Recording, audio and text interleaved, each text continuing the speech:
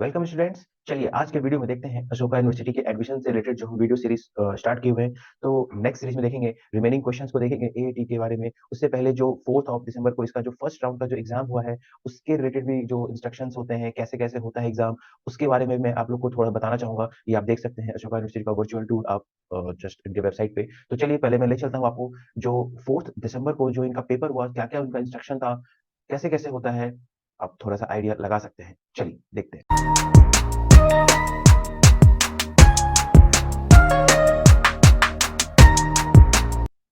तो अगर हम बात करें तो इनका जो टेस्ट का टाइमिंग था वो था सुबह 10 बजे से लेकर 4:30 बजे, 4:30 PM IST, Indian standard time. और ये था संडे को 4 ऑफ दिसंबर को। नेक्स्ट राउंड 2 का भी पेपर होने वाला है, उसका डेट राउंड 2 का, राउंड 3 का, राउंड 4 का मैंने प्रीवियस वीडियो में आपको बता रखा है, उसका लिंक मैं आपको डिस्क्रिप्शन में दे दूंगा, आप वहां से देख सकते हैं। ठीक है, सारा जो असेसमेंट होगा वो ऑनलाइन होने वाला है और ये आपके प्रेफरेंस पे डिपेंड करता है कि आप कहाँ से देना चाहते हैं। इनका कोई एग्जामिनेशन सेंटर नहीं होगा, आप अपने घर से दे सकते हैं, साइबर कैफे दे सकते हैं, अपने दोस्त के घर से दे सकते हैं, right. Please note that the applicants will be able to log in on the assessment platform anytime between 10 a.m. to 4:30 p.m. आप 10 बजे से लेकर 4:30 p.m. के बीच में कभी भी आप अपना टेस्ट दे सकते हैं। ठीक है, आपके पास क्या क्या होना चाहिए, माइक्रोफोन होना चाहिए, वेबकैम होना चाहिए, राइट। कोई एक्स्ट्रा गैजेट्स नहीं होना चाहिए, इलेक्ट्रॉनिक गैजेट नहीं होना चाहिए। और ये सबसे बड़ी बात, मोबाइल पे, टैबलेट पे और आईपैड पे वर्क नहीं करेगा। प्लीज मेक श्योर कि आप लैपटॉप या डेस्कटॉप से ही लॉग इन करें। ठीक है, applicants will be monitored via webcam, आपको वेबकैम से मॉनिटर किया जाएगा during the entire examination period. Okay, आपके पास एक गवर्नमेंट आईडी भी होनी चाहिए, क्लियर होनी चाहिए, राइट, एंड वैलिड होनी चाहिए, आउटडेटेड नहीं होना चाहिए, क्लियर होना चाहिए और एक गवर्नमेंट आईडी प्रूफ होनी चाहिए आपके पास। और मोबाइल फोन्स स्ट्रिक्टली प्रोहिबिटेड नहीं है। अब देखिए, अगर लॉजिकली बात किया जाए तो ये चीज इसी का एक्सटेंशन है, इसीलिए उन्होंने मोबाइल पे वर्किंग ही नहीं रखा है। नहीं तो कई बच्चे ऐसे होते जो मोबाइल से ही करते। ठीक है, तो उन्होंने मोबाइल पे उन्होंने वैलिडिटी ही नहीं रखी है और आपको मोबाइल फोन रखना भी नहीं है। ठीक है, नेक्स्ट, आप साइबर कैफे से दे सकते हैं बट मेक श्योर कि वहाँ पे मिनिमम डिस्टर्बेंस हो। आप कॉर्नर शीट ले ले, कॉर्नर का कोई सिस्टम ले ले, तो आप साइबर कैफे से भी दे सकते हैं। और जो भी टेस्ट होगा उसका नोटिफिकेशन आपको, एग्जाम संडे को था तो नोटिफिकेशन आपको सैटरडे 11:59 पीएम तक आपको आपकी ईमेल रजिस्टर्ड ईमेल एड्रेस पे मिल जाएगा।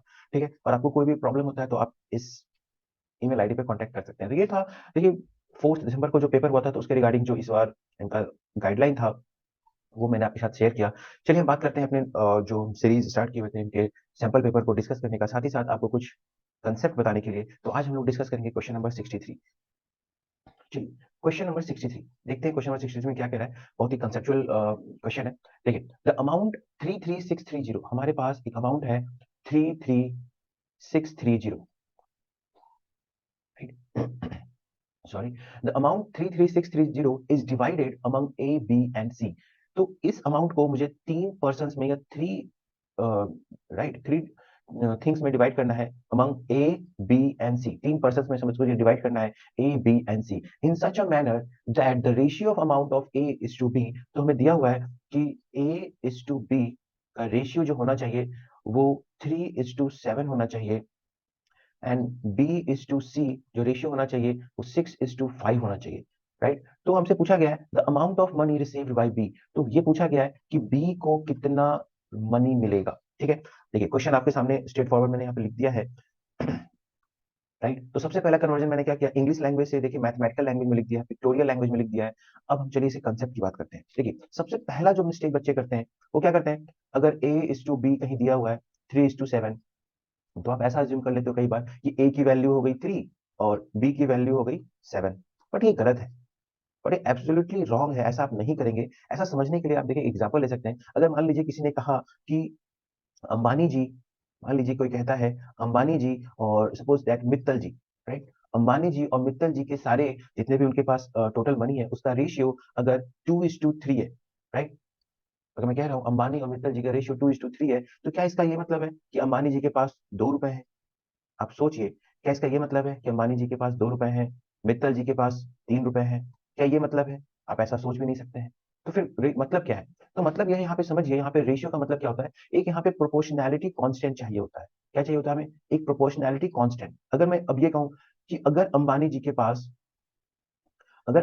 पास 2 ट्रिलियन डॉलर है, अगर ये कहूँ अंबानी जी के पास 2 ट्रिलियन डॉलर है, तो आप कह सकते हो कि मित्तल जी के पास $3 ट्रिलियन है। That's the proportionality constant. ये देखिए, ये जो ट्रिलियन डॉलर, ये जो मैंने सब में मल्टीप्लाई कर दिया, दैट्स द प्रोपोर्शनैलिटी कांस्टेंट है। तो अगर ये कह रहा है कि इज टू बी 3:7 है, तो आप डायरेक्ट 3 और 7 नहीं मानेंगे। आप क्या मान सकते हैं? 3k मान सकते हैं, 7k मान सकते हैं, बट 3 और 7 एग्जैक्टली नहीं मानेंगे। ये फर्स्ट स्टेप मिस्टेक। यहाँ पे जरूरी नहीं है कि आप इस मेथड को फॉलो करके हमारा आंसर आएगा, बट मैं आपको हर चीज बता रहा हूँ, ठीक है। देखिए, तो सेकंड थिंग सॉल्व कैसे करना है। देखिए, हमें दिया हुआ है a is to b is equal to 3:7, right. हमें दिया हुआ है b is to c is equal to 6:5। किसी तरह से अगर मैं a is to b is to 7 पता कर लूं, मुझे क्या पता करना है? फाइनल रेशियो पता करना है a is to b is to c, तो मेरा काम हो जाएगा। तो ये कैसे करते हैं? a is to b is to c। देखिए, a इन दोनों इंफॉर्मेशन में देखिए, यहाँ पे b कॉमन है, राइट। यहाँ पे भी देखिए क्या है, 7 और 6 है, इन दोनों को भी तो सेम होना चाहिए था। जैसे यहाँ पे आप देख सकते हैं बी सेम है, तो यहाँ पे 6 और 7 भी सेम अगर आप कर दे तो आपकी बात बन सकती है। तो 6 और 7 का एलसीएम क्या होता है? 6 एंड 7 का जो एलसीएम होगा क्या होगा? 6 एंड 7 का एलसीएम होगा 42। तो आप इस नंबर को 42 बनाने के लिए ट्राई करें। तो कैसे बनाएंगे? अगर मैं इस फर्स्ट रेशियो को 6 से मल्टीप्लाई कर दूं, रेशियो विल नॉट चेंज, तो ये हो जाएगा 18:42, ठीक है। उसी तरह से अगर मैं इसे 7 से मल्टीप्लाई कर दूं, ठीक, क्या हो जाएगा? 42:35। आप देख सकते हैं, अब इधर भी ये देखिए 42 क्या हो गया है? सेम हो गया है।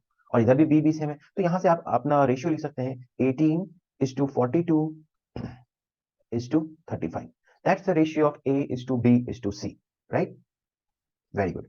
अब आप फिर से सोचिए, क्या इसका मतलब ये मैं मानूं कि A 18 रुपए है, B 42 रुपीज है, C 35 रुपीज है? नहीं, ये गलत है। हम कैसे मानेंगे? इस रेशियो के बाद हम मानेंगे yes, A may be 18k, k is a proportionality constant, B may be 42k and C may be 35k, right.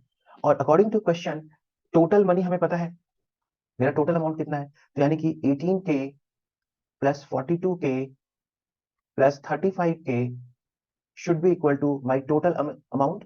total amount कितना था? आप देखिए, 33630, 33630, it was 33630। तो आप इसको सॉल्व कर सकते हैं। पहले k की वैल्यू आ जाएगी, I think 95k is equal to 33630। यहां से आप k की वैल्यू निकाल लीजिए, ये आ रहा है 354। 354। जैसे ही आपके पास k की वैल्यू आ गई, आपसे b का शेयर पूछा गया था, तो b का शेयर अब बताना कौन सी बड़ी बात है। देखिए, b का अमाउंट यहाँ पे है, तो आप क्या करेंगे? यहाँ पे 42 टाइम्स इंटू 354 कर सकते हैं। आप इसको मल्टीप्लाई कर लेंगे, ये आ जाएगा 14868। Let's check the option. 14868, 14868, yes 14868, that's the answer. चलिए, अब इसके साथ साथ देखिए, अभी भी इस क्वेश्चन में बहुत इंफॉर्मेशन बचा है। पहले तो आप कंबाइंड एक साथ देखिए पूरे सॉल्यूशन को। ये रहा पूरा सॉल्यूशन। कैसे कैसे मैंने क्या किया, पहले पार्ट में मैंने आपको यहाँ पे क्वेश्चन समझाया है, दूसरे पार्ट में मैंने एक कंसेप्ट बताया क्या नहीं करना है, यहाँ पे आपको उसका कुछ एग्जाम्पल दिया गया है। सेकंड पार्ट में आपको थोड़ा सा बताया गया कि एबीसी का रेशियो कैसे निकालेंगे। एबीसी का रेशियो निकल गया, फिर हमने यहाँ पे इक्वेशन सॉल्व करी और के की वैल्यू आई, वापस इस के की वैल्यू को हमने पुट कर दिया है बी के शेयर में, ठीक है। अब मैं आपको जो नेक्स्ट बताने जा रहा हूँ, इसी का एक्सटेंशन बताने जा रहा हूँ। पॉइंट नंबर सेकंड का ही एक्सटेंशन बताने जा रहा हूँ। क्या है पॉइंट नंबर सेकंड का एक्सटेंशन, उसको समझिए। देखिए, अभी मैंने क्या बताया आपको कि देखिए, अगर मेरे पास a is to b दिया हुआ था, b is to c दिया हुआ था, राइट, तो आपने a is to b is to c find out करना था। चलिए एग्जांपल ले उस एग्जांपल को कैरी कर लेते हैं फिर से। ये था 3:7, ये था आपका 6:5, राइट। अगर हमारे पास ऐसे चार क्वांटिटीज का रेशियो दिया हुआ तो कैसे कर पाएंगे? पहले आप इस मेथड को समझने के लिए आप पहले चार क्वेश्चन समझिए, राइट। सपोज कीजिए मुझे दिया हुआ है, देखिए, मुझे दिया हुआ है a is to b, मुझे दिया हुआ है b is to c, मुझे दिया हुआ है c is to d, और मुझे दिया हुआ है d is to e। ये सब कुछ दिया हुआ है, a is to b, b is to c, c is to d, d is to e। और फिर मुझे फाइनली पता करना है, okay, tell me a is to b is to c is to d is to e। इतने बड़े ratio को भी हम कैसे फाइंड आउट कर सकते हैं? चलिए एक क्वेश्चन ले लेते हैं हम लोग। ये 5 का हो, 4 का हो, कुछ भी हो, आप कर सकते हैं, राइट। चलिए एक क्वेश्चन ले लेते हैं हम लोग। सपोज कीजिए A/B गिवन है मेरे पास 1:3, B/C गिवन है मेरे पास 2:5, C/D गिवन है 2:3। तो मुझसे ये पूछा गया है, बताइए A/B/C/D क्या होगा। ठीक है, तो क्वेश्चन समझ के साइड बाय साइड आपके देखिए क्वेश्चन है। चलिए थ्योरी में आते हैं। तो इस केस में आपको क्या करना है, देखिए A B C D E जितने भी हो कोई बात नहीं, तो आप यहाँ पे टोटल 5 क्वांटिटीज है आपके पास A B C D E। तो आपको क्या करना है, देखिए A भी दिया हुआ है तो A B, आगे के टर्म्स नहीं है दिए हुए तो A B, लास्ट जो भी है ना यहाँ पे आप इसको कॉपी करते जाइए, B B B हो गए 5, हर जगह आपको 5 5 लिखना है ना। ये देखिए, ये फर्स्ट हो गया, ये सेकंड हो गया, ये थर्ड हो गया, ये फोर्थ हो गया और ये 5 हो गया। A B B B, next क्या दिया हुआ है B/C, पहले तो आप B/C लिखिए, B यहाँ आएगा, C यहाँ आएगा, है ना। B C कहाँ आते हैं बीच में, A B C सेकंड और थर्ड पोजीशन पे आ रहे हैं, तो B और C लिख दिया। उसके बाद इधर कुछ नहीं है तो आप क्या करेंगे, जो इधर जस्ट नियरेस्ट है B है तो यहाँ पे आप B से कॉपी कर देंगे, यहाँ C है तो C कॉपी कर देंगे। उसके बाद क्या CD किस पोजीशन पे आएगा, देखिए CD third and fourth position पे आएगा, तो आप यहाँ पे C लिखिए, यहाँ पे D लिखिए। उसके बाद आपको पैडिंग करनी है, राइट, तो यहाँ पे कुछ नहीं लिखा हुआ है तो यहाँ पे D लिख दीजिए। इसके नियर क्या है C, तो ये C और C लिख दीजिए, राइट। उसके बाद क्या बचता है आपके पास DE कहाँ पे है, D यहाँ पे है, E यहाँ पे है, इधर कुछ नहीं लिखा हुआ है, नियरेस्ट क्या है D, तो आप यहाँ पे D D D इस तरह से लिख दीजिए। इतना लिख देने के बाद आपको कुछ नहीं करना है, सिंपली अब आपको ये इन सबको मल्टीप्लाई करना है, this is to this is to this this this is to this is to this, इन सबको क्या करना है आपको मल्टीप्लाई करना है। आपको आ जाएगा A/B/C/D। फॉर एग्जाम्पल यहाँ पे हो जाएगा आपका A/B/C/D ratio, B/B/C/D ratio, right, B/C/D ratio, B/C/D/E ratio, B/B multiplied by C multiplied by D multiplied by E। ठीक है, अब इस कंसेप्ट को पहले हम छोटे वाले मेथड पे लगाते हैं, छोटे वाले क्वेश्चन पे लगाते हैं, राइट।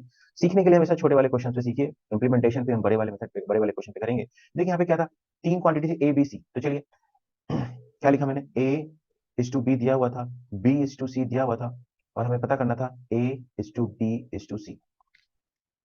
चलिए, तो क्या था, 3:3 और 7 लिख दिया हमने, 3 7 कुछ नहीं लिखा हुआ है। देखिए यहाँ पे फर्स्ट क्वांटिटी, यहाँ पे सेकंड क्वांटिटी, यहाँ पे थर्ड क्वांटिटी, तो हम किसको कॉपी करेंगे, 7 को कॉपी कर देंगे। यहाँ पे क्या लिखा हुआ है, B और C लिखा हुआ है, तो ये लिखा हुआ है B और C 6 और 5।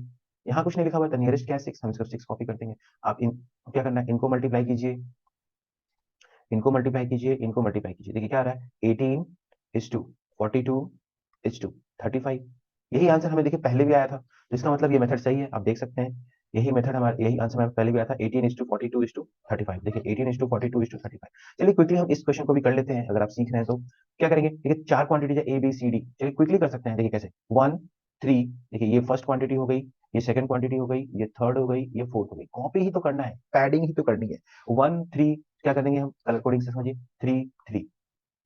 उसके बाद क्या है, 2:5, यहाँ पे 2 है, यहाँ पे 5 है, 2:5 पैडिंग कर दीजिए, यहाँ पे 2 पैडिंग हो जाएगा, यहाँ पे 5 की पैडिंग हो जाएगी। नेक्स्ट C/D, C/D लास्ट वाले यहाँ पे दिया हुआ है 2 और 3, पैडिंग करनी है कर दीजिए, तो यहाँ पे 2 और 2, बस आपको इनको मल्टीप्लाई कर देना है, इनको मल्टीप्लाई करना है, इनको मल्टीप्लाई करना है, इनको मल्टीप्लाई करना है और इसको मल्टीप्लाई करना है। तो क्या हो जाएगा, 2 2 4, सो 4, 3 2 6 12, 15 into 2 30, and this is 15 into 3 45. So this will be our ratio of A is to B is to C is to D. आशा है कि आप इस क्वेश्चन को, इस कंसेप्ट को समझ पाए होंगे। क्वेश्चन तो बहुत पहले खत्म हो गया था, but as promising that I will explain all the related things. So this is the most important related thing with this question. It may be asked, right? आपके पास रेशियो दिया होगा A is to B, B is to C, C is to D, and they will ask to tell A is to B is to C is to D. This is a very very important concept and very very genuine question and important question. A is to B, B is to C, C is to D. Then tell me A is to B is to C is to D, right?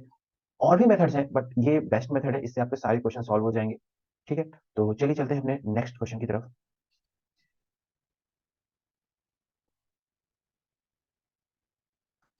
ठीक है, next question क्या कह रहा है, what percentage what percentage of decrease in salary would exactly cancel out the 20% increase in salary। देखिए कहने का मतलब है कि इसकी सैलरी थी, मान लीजिए जो भी इसकी सैलरी थी, इसकी सैलरी क्या हो गई 20% से इंक्रीज कर दी।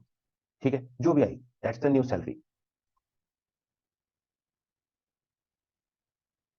अभी कह रहा है कि 20% से इंक्रीमेंट मिला था इसे कंपनी की तरफ से। अब इसने कुछ गलत काम किया, वैसा जो भी है, अब कंपनी इसको चाहती नहीं, वापस से इसको सैलरी को क्या करना है, ओरिजिनल सैलरी पे करना है वापस कन्वर्ट। तो क्या कंपनी क्या अनाउंस करेगी? अगर आप कंपनी के मैनेजर हैं तो आप क्या लिखेंगे उसके मेमो लेटर में?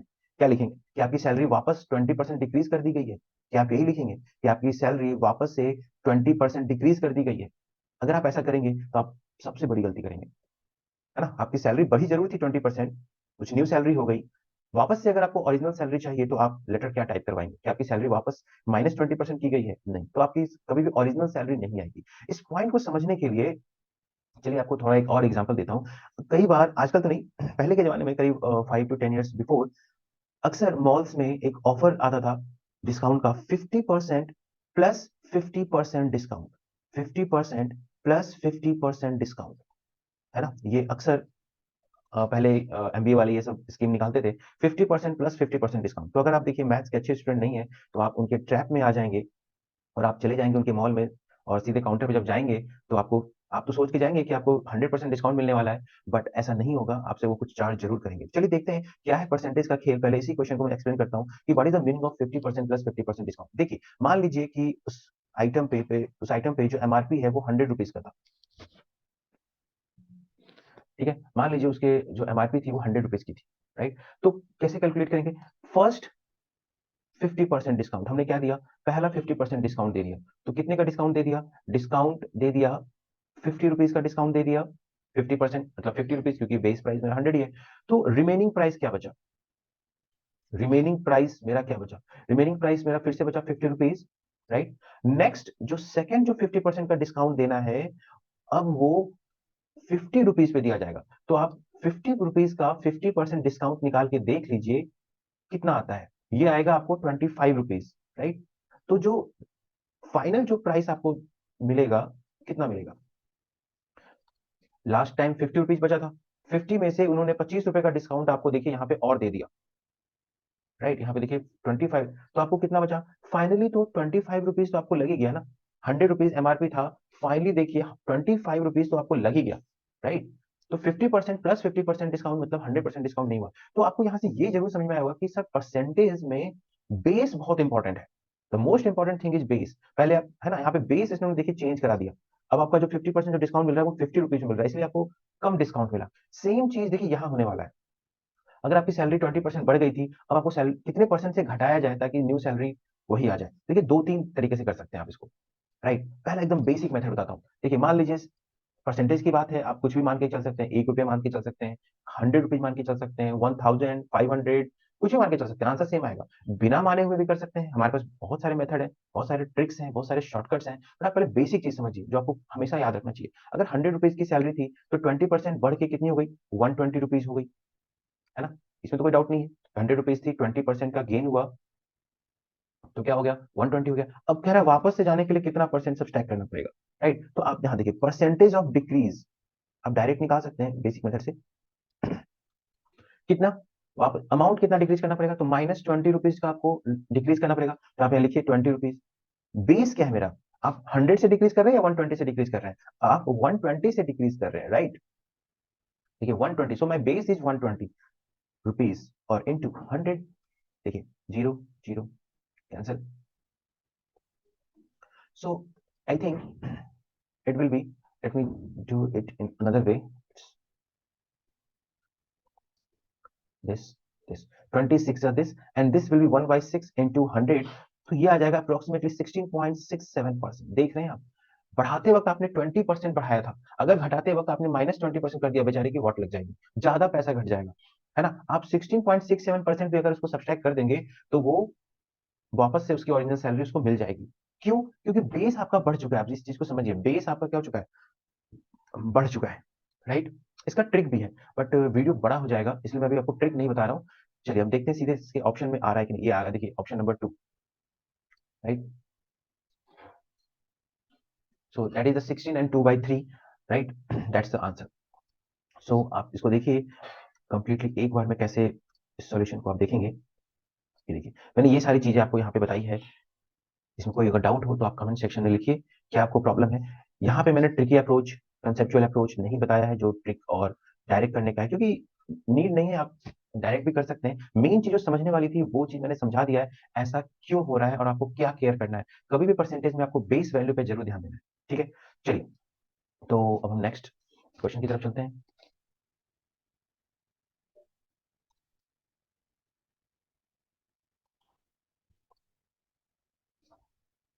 चलिए नेक्स्ट देखते हैं question 65। Shopkeeper offers a discount of 10% on his articles, the mark price of the article is this, then the selling price C.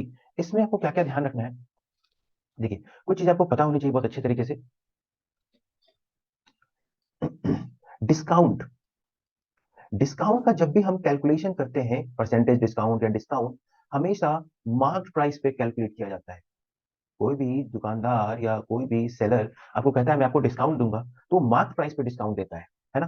Profit और लॉस किससे डिसाइड होता है, वो हमारे कॉस्ट प्राइस से डिसाइड होता है। ये दो चीज आप हमेशा ध्यान रखेंगे। देखिए क्वेश्चन क्या कह रहा है, a shopkeeper offers a discount of 10% on his article, so my discount is 10%, mark price is also given, what is my mark price, that is the 450, then the selling price, so simple. Mark price, तो आप क्या करेंगे, selling price 450 में से subtract करेंगे, भाई discount मिला है मुझे तो सब्सट्रैक्ट करूंगा, कितना सब्सट्रैक्ट करूंगा, 450 में से सब्सट्रैक्ट करूंगा, कितना सब्सट्रैक्ट करूंगा, तो 10% ऑफ 450 सब्सट्रैक्ट करूंगा, दैट्स माय सेलिंग प्राइस। तो आप इसको सॉल्व कर सकते हैं, 450 माइनस ये हो जाएगा 10/100 इंटू 450, सॉल्व कर लीजिए, 0 0 and 0, so this is 450 minus 45, मतलब आपको टोटल वो 45 रुपए का देखिए डिस्काउंट देने वाला है। आप इसको सब्सट्रैक्ट कर लीजिए, 450 माइनस 45, दैट इज द 405। सो आप देख सकते हैं ऑप्शन में आपके पास 405 अवेलेबल है, so this is correct answer. Let us see the next,